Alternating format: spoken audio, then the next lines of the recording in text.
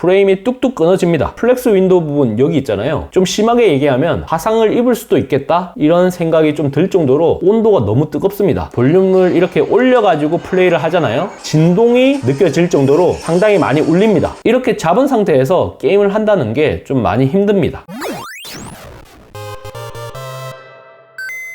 테크에 진심을 다하다 테크 요정 비티크입니다. 갤럭시 Z 플립 5 테스트에 빼놓을 수 없는 부분이 바로 게임이 아닐까 싶습니다. 아직까지 GOS 논란이 사그라들지 않은 상태이기 때문에 과연 어느 정도 퍼포먼스를 보여줄지가 뜨거운 감자일 수밖에 없습니다. 폴드 5와 플립 5는 퀄컴 스냅드래곤 A 2세대 칩이 탑재되었기 때문에 성능적으로 개선이 될 수밖에 없습니다. 하지만 이와 같이 접고 펼쳐지는 폴더블 폼팩터를 탑재하게 되면 힌지 비중이 상당한 비중을 차지하게 됩니다. 특히 플립 같은 경우는 폴드에 비해서 작기 때문에 그런 부분이 더 어필이 될 수밖에 없는 거죠. 과연 어느 정도 게임 퍼포먼스를 보여줄지 제가 한번 테스트를 해보도록 하겠습니다.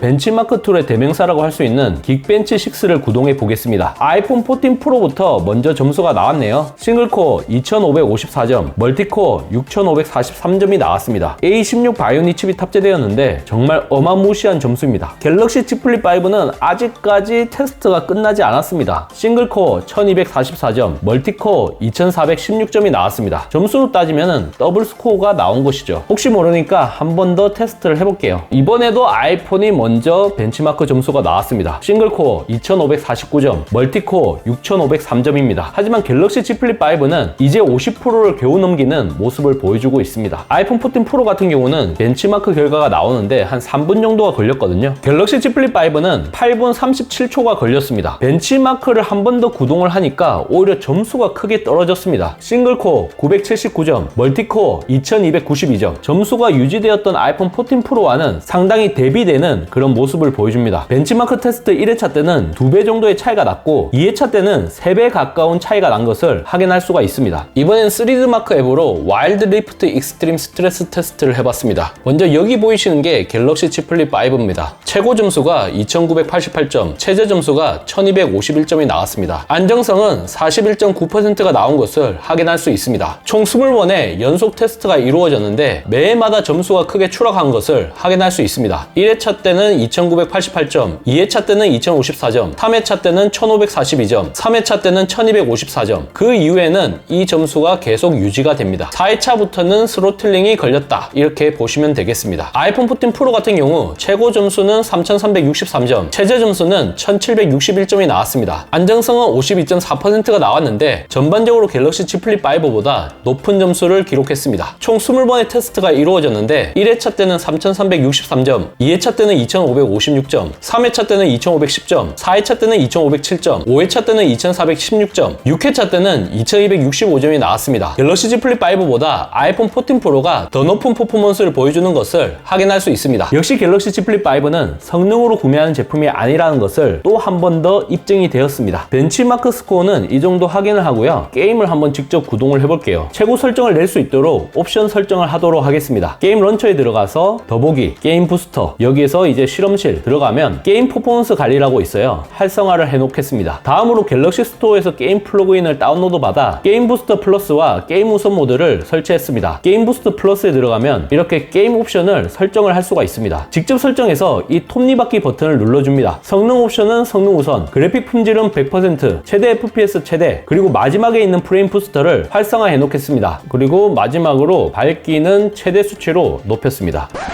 갤럭시 Z 플립 5 같은 경우에는 화면 비율이 22대 9로 상당히 길쭉합니다. 만약 스타레일이나 원신과 같은 게임을 하게 되면 화면에 이렇게 꽉 차게 표시가 되는데 문제는 이런 UI가 끝쪽까지 표시가 되지 않습니다. 동선적으로 좀 불편한 부분이 생깁니다. 그래픽 품질 사용자 설정으로 했고요. 매우 높은 프레임 레이트도 60프레임, 다 최대치로 이렇게 옵션 설정을 했습니다. 프레임이 뚝뚝 끊어집니다. 플렉스 윈도우 부분 여기 있잖아요. 좀 심하게 얘기하면 화상을 입을 수도 있겠다 이런 생각이 좀 들 정도로 온도가 너무 뜨겁습니다. 볼륨을 이렇게 올려가지고 플레이를 하잖아요. 진동이 느껴질 정도로 상당히 많이 울립니다. 이렇게 잡은 상태에서 게임을 한다는 게 좀 많이 힘듭니다. 온도를 한번 체크를 해보려고 합니다. 플렉스 윈도우 상단 부분이 특히 좀 뜨겁습니다. 44도, 45도, 46도! 한번 스타레이를 동시에 구동을 해볼게요. 확실히 아이폰 14 프로가 로딩이 상당히 좀 빠릅니다. 타이틀 화면까지 벌써 나타난 걸 확인할 수 있고요. 갤럭시 Z 플립 5는 한 2초 정도 느린 것을 확인할 수 있어요. 또한 와이파이 속도에서도 아이폰 14 프로가 훨씬 더 빠릅니다. 거의 2배 정도의 차이가 나는 것을 확인할 수 있고요. 이런 부분에 있어서도 상당한 급 차이를 보여주고 있습니다. 출시 시기로 보면 거의 1년 정도 차이가 나는 제품인데 갤럭시 Z 플립 5가 당해내지를 못하고 있습니다. 태생적인 한계를 가지고 있다라고 보셔야 할 것 같아요. 최고의 옵션을 지금 설정을 해놓은 상태입니다. 마찬가지로 이 플렉스 윈도우가 있는 부분은 상당히 뜨겁습니다. 볼륨을 최대치로 높인 상태에서 이 부분을 손바닥으로 이렇게 올려놓으면 꿀렁꿀렁거리면서 울려요. 게임을 하려고 하는데 거슬리는 존재가 있으면 안 되잖아요. 몰입도가 많이 깨지는 그런 부분이 많이 포착이 됩니다. 좌측 상단에 있는 이 120이라는 숫자는 일종의 페이크라고 보시면 됩니다. 최대 재생률을 그냥 표시해 줄 뿐이에요. 가운데 있는 커스텀 위젯을 통해서 이제 확인을 할 수가 있는데 좀 잘 나오면 40프레임 중반, 좀 많이 떨어지면 30프레임 후반까지 이렇게 떨어집니다. 상당히 좀 뚝뚝 끊어진다는 것을 이렇게 육안으로 확인할 수 있어요. 원활하게 게임을 하기에는 좀 문제가 있고요. 성능을 보고 살 수 있는 제품이 아니라 디자인을 보고 사는 제품, 이렇게 보시면 되겠습니다. 아무리 GOS 사태가 일어났다고 해도 삼성에 대한 일말의 기대감을 갖고 있었는데 도대체 무슨 일이 있었길래 이런 걸 간과를 한 건지 이런 생각이 좀 듭니다. 온도나 진동 부분을 오히려 느끼고 싶지 않다면 이렇게 접은 상태에서 플렉스 윈도우로 게임을 하는 게 훨씬 더 나을 수 있습니다. 대신 화면 비율이 1대1에 가깝기 때문에 시야가 상당히 좁아지는 문제를 피할 수 없다는 그런 또 한계를 가집니다. 플렉스 윈도우가 HD급 해상도와 1대1 화면 비율을 갖추고 있기 때문에 텍스트 부분을 원활하게 읽기가 쉽지 않습니다. 메인 디스플레이로 플레이를 할 때보다 확실히 시야가 좁아지기 때문에 게임을 하기에도 적합하지 않습니다. 그래서 사실상 반쪽짜리다 이렇게 보시면 될 것 같습니다. 그리고 스피커를 한번 확인해 볼게요.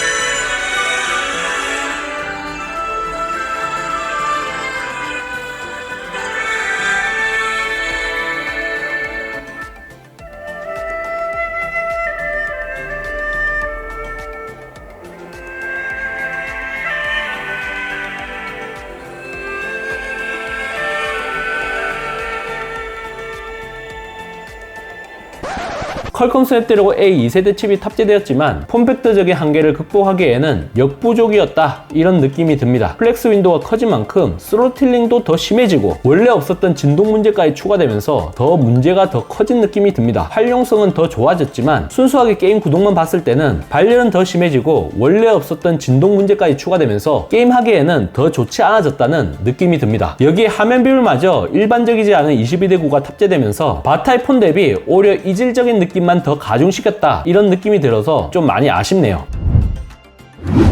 이번 영상을 본 여러분들의 생각은 어떠신가요? 잘 보셨다면 좋아요, 구독, 알림 설정 부탁드립니다. 테크중 비티크는 다음 영상에서 찾아뵙도록 하겠습니다. 고맙습니다.